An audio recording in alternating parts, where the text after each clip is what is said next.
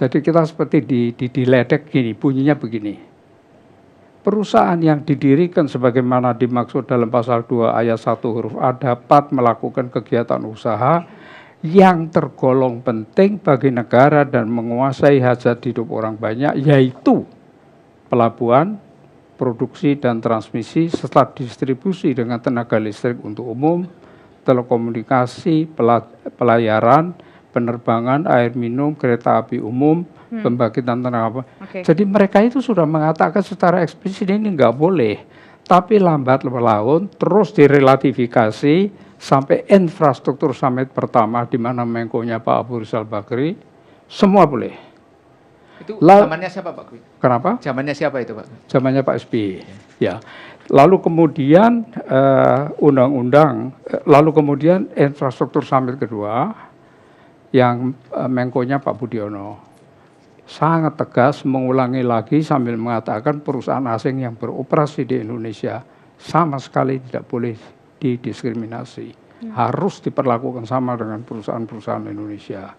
Lalu yang sekarang berlaku semua diperbarui yaitu Undang-Undang tentang Penanaman Modal nomor 25 tahun 2007. Nah di sini itu kalau kita baca satu persatu semua boleh kecuali yang termasuk di dalam daftar negatif investasi. Tapi itu aturan terbaru ya Pak ya? Ya, kenapa? Yang Bapak sebutkan tadi aturan terbaru ya, yang semua ya, boleh tadi. Ya, yang sampai sekarang masih berlaku. Gitu. Artinya tidak ada menyalahin undang-undang dong apapun yang dilakukan dalam ya, tetapi cuma yang saya heran, ini bukan urusan undang-undang. Undang-undang itu kan ya bisa dibuat anytime, bisa diganti. Cuma kan kita sekarang bicara ideologi kan.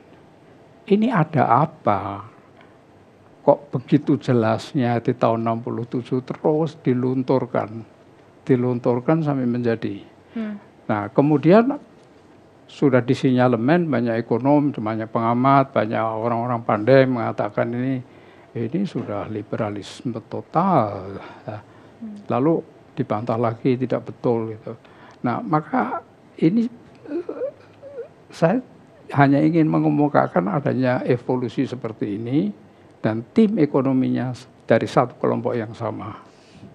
Kecuali waktu yang sangat singkat yaitu ketika Gus Dur presiden. Dan Gus Dur ditekan habis-habisan. Oleh dunia internasional maupun di dalam negeri. Jadi kalau ditanya saya sangat khawatir ketergantungan. Nah, sekarang saya mau berbicara soal satu hal singkat ya. Ketika Indosat mau dijual, saya Menteri Bappenas, saya lapor kepada Presiden Megawati, stop oleh Pak Laksamana Soekardi, anggota kabinet yang sama. Sebab semua pembicaraan akan bocor, semua pembicaraan Presiden, semua akan terekam, semua bocor. Kok kamu tahu? Kamu kan bukan ahli. Saya diminta oleh Profesor Iskandar Ali Syahbana, almarhum, yang ketika itu tokoh nomor 1 dalam bidang satelit. Beliau sendiri mempunyai satelit dan menjadi kaya karena itu. Tetapi tidak dihiraukan sama sekali. Why? Maka ada dugaan atas dasar akal sehat, ya, ada dugaan atas dasar sehat bahwa sejak tahun 67 pengaruh asing itu luar biasa. Sampai saat ini. Sampai saat ini masih luar biasa. Cuma saya tidak mau cerita. Saya tahu detailnya. Saya tahu detailnya bagaimana pendiktian dilakukan di restoran mana di Singapura. Saya tahu semuanya. Dan siapa orangnya yang mendikte. Saya tahu namanya. Tapi tidak bisa saya kemarin. Nanti saya Baik. Nah, saya ingin ke Pak Joko. Pak Joko memang secara peraturan ataupun perundang-undangan tidak ada yang disalahi begitu ya.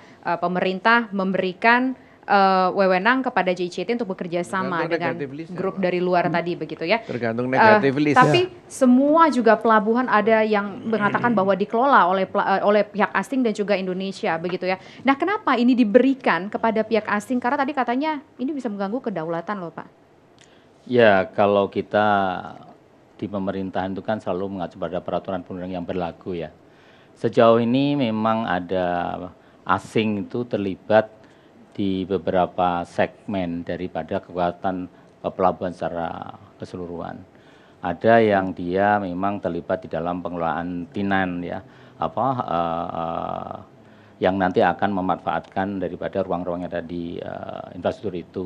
Ada yang dia membantu dalam rangka untuk kerjasama komersial, ada yang terlibat dengan misalnya untuk pengelolaan terminal.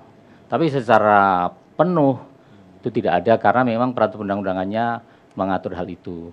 Dan kami melakukan perjanjian itu karena juga melihat national interest yang harus kita kawal. Hal-hal yang terkait tadi dengan kepentingan nasional itu tetap menjadi salah satu poin tujuan kita untuk diamankan.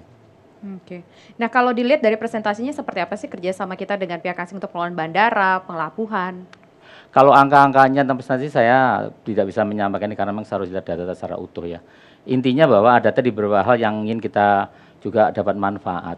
Misalnya kita bisa belajar bagaimana mengelola secara efisien dengan proses yang baik. Kemudian kita juga ingin tahu transfer know-how dan segala macam seperti itu.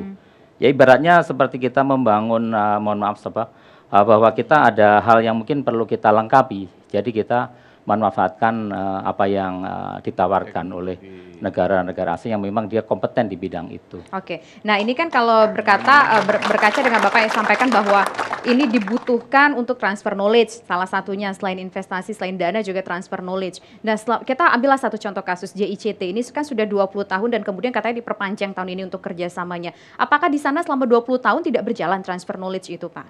Ya kalau kita melihat secara dalam ya ada hal-hal yang tentunya melalui suatu kajian ya. Dan kita melihat inilah yang menjadi satu opsi-opsi yang dimunculkan. Tentang pemanfaatan transfer knowledge-nya itu juga kita gunakan di tempat-tempat yang lain. Ini juga menjadi satu keuntungan kita. Kalau dilihat dalam konteks yang lebih besar lagi bahwa anggaran kita terutama APBN ini kan memang juga sangat terbatas. Untuk yang katakanlah pelabuhan atau bandara yang memang sudah dikelola oleh operator BUMN, tentu mereka akan menjadi leading untuk bisa mengatakan bahwa kerjasama itu dijalankan atau tidak.